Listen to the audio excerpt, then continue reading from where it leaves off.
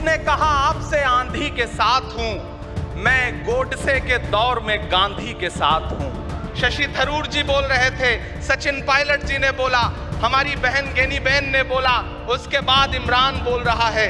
इन 4 नामों में ही आप ये पाएंगे कि उत्तर से लेकर के दक्षिण से लेकर के गुजरात से लेकर उत्तर प्रदेश तक कांग्रेस यही तो है। मैंने देखे हैं राहुल गांधी जी के पांव के छाले, मैंने देखा है उनका बहता हुआ पसीना कि ये सरकार जब एक बिल लेकर के आई तो रात के 3 बजे भी आदरणीय सोनिया गांधी जी राज्यसभा में मौजूद थी इस देश के लिए, इस संविधान के लिए लड़ाई लड़ने के लिए, और राहुल गांधी जी भी लोकसभा में मौजूद थे उससे एक दिन पहले। गुजरात के अहमदाबाद में कांग्रेस का 84वां अधिवेशन चल रहा है। वैसे तो इस अधिवेशन में कश्मीर से लेकर कन्याकुमारी तक के कांग्रेसी दिग्गज पहुंचे हैं, लेकिन इमरान प्रताप गढ़ी का जलवा कुछ खास दिखा।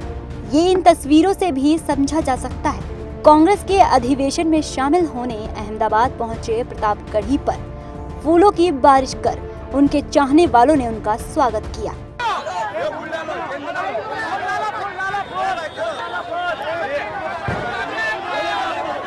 और इस जोरदार स्वागत का जवाब प्रताप गढ़ी ने अपने अंदाज में मंच से दिया। कांग्रेस अध्यक्ष मल्लिकार्जुन खड़गे, लोकसभा में नेता प्रतिपक्ष राहुल गांधी और सोनिया गांधी की मौजूदगी में इमरान प्रताप गढ़ी ने अपने दमदार भाषण से अधिवेशन में माहौल बना दिया। ये किसने कहा आपसे आंधी के साथ हूं, ये किसने कहा आपसे आंधी के साथ हूं, मैं गोडसे के दौर में गांधी के साथ हूं। इस राष्ट्रीय अधिवेशन में पूरे भारत के एक एक छोर से, एक एक राज्य से आए हुए कांग्रेस पार्टी के जो तमाम सदस्य यहां पर उपस्थित हैं, मैं आपकी ऊर्जा को सलाम करता हूं और मैं आज जो प्रस्ताव पेश हुआ है उस पर बात करने के लिए आपके बीच में खड़ा हूं। एक ऐसा मुश्किल दौर है जब सत्ता में बैठे हुए सत्ताधीशों ने नफरत को अपना परमानेंट हथियार बना लिया हो। ऐसे समय में कांग्रेस पार्टी देश के हर कोने में जा करके मोहब्बत की बात कर रही है, प्यार की बात कर रही है, और इस जो कार्यक्रम का नाम है वो न्याय पथ है।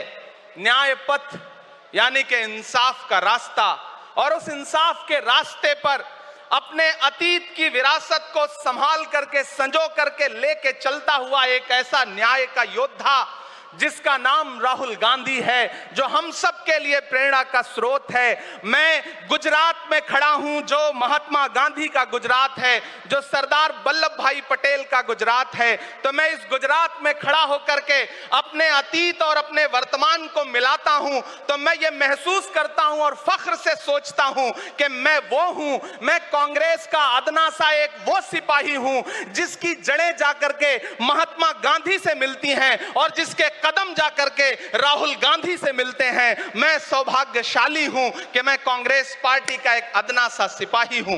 इमरान प्रताप गढ़ी ने अपने चंद मिनट के भाषण में राहुल गांधी की भारत जोड़ो न्याय यात्रा का भी जिक्र किया और संसद में आधी रात पास हुए वक्फ संशोधन कानून पर भी आईना दिखा दिया।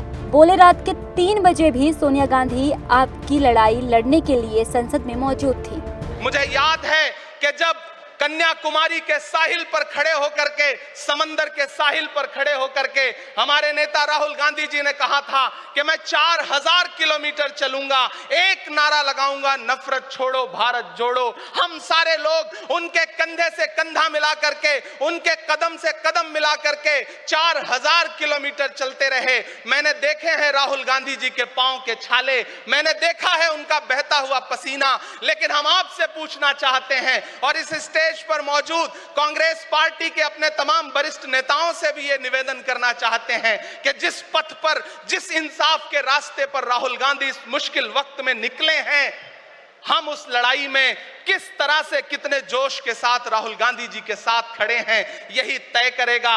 राहुल जी ने कहा है कि अगला निशाना, अगली जीत, अगला राज्य जहां कांग्रेस पार्टी जीतेगी वो गुजरात होगा। तो याद रखिए कि हार तब होती है जब ठान लिया जाता है, हार तब होती है जब मान लिया जाता है, जीत तब होती है जब ठान लिया जाता है। अगर हमने ठान लिया कि जहां से आज सत्ता के शीर्ष पर बैठे हुए लोग नफरत परोसने का काम कर रहे हैं, असमानता का काम कर रहे हैं, संस्थाओं को कुचलने का काम कर रहे हैं, उनके खिलाफ अगर हमने उन्हीं जड़ों में जाकर के मेहनत की हिम्मत दिखाई तो मुझे पूरा यकीन है कि जिस तरह अंग्रेजों के खिलाफ लड़ते हुए कांग्रेस पार्टी ने इस देश को स्वतंत्रता संग्राम के जरिए आजादी दिलाई थी, तो यह लड़ाई भी उस स्वतंत्रता संग्राम से कम नहीं है। उस लड़ाई का नेतृत्व महात्मा गांधी जी कर रहे थे, तो इस लड़ाई का नेतृत्व राहुल गांधी जी कर रहे हैं कि कांटे गुल के साथ नहीं चल सकते हैं, बुज़दिल खुल के साथ नहीं चल सकते हैं,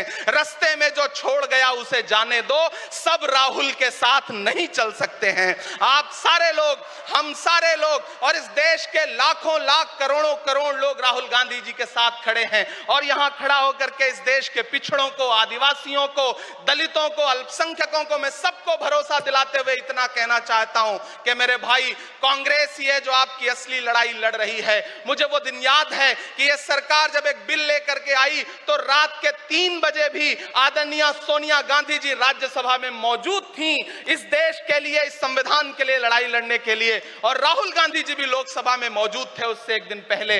मंच से इमरान प्रतापगढ़ी ने अपने शायराना अंदाज में कांग्रेस और राहुल गांधी के संघर्षों की दास्तां सुनाते हुए अपना भाषण खत्म किया। उदास मौसम बदल रहा है, उदास मौसम बदल रहा है, धुएं का पर्वत पिघल रहा है, दिलों में लावा उबल रहा है। सुबह सुबह जब हुजूम लेकर सफर पे निकले तो यूं लगे है कि जैसे सूरज निकल रहा है। वो चल रहा है, वो चल रहा है। वो कह रहा है कि नफरतों से जो दिल है टूटे मैं जोड़ दूंगा। एक नारा नफरत छोड़ो भारत जोड़ो, एक नारा नफरत के बाजार में मोहब्बत की दुकान खोल ली है। वो कह रहा है कि नफरतों से जो दिल है टूटे मैं जोड़ दूंगा।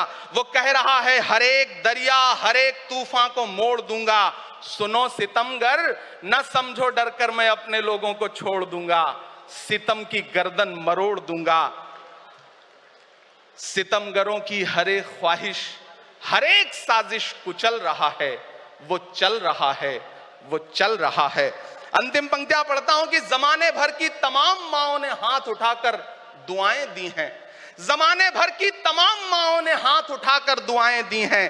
तमाम बच्चों ने इस तपस्वी का माथा चूमा, बलाएं ली हैं। जो नफरतों का जहर भरा है, ये बन के शंकर निगल रहा है। वो चल रहा है, वो चल रहा है। मोहब्बतों की किताब लेकर, लबों पे अपने गुलाब लेकर, मोहब्बतों की किताब लेकर, लबों पे अपने गुलाब लेकर, सुनहरे रंगों का ख्वाब लेकर वो आया है इंकलाब लेकर।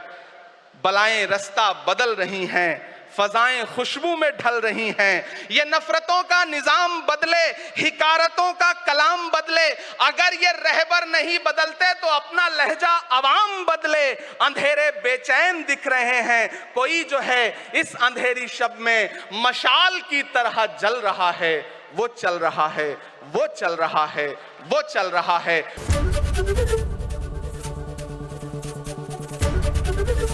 एबीपी गंगा, खबर आपकी, जुबान आपकी।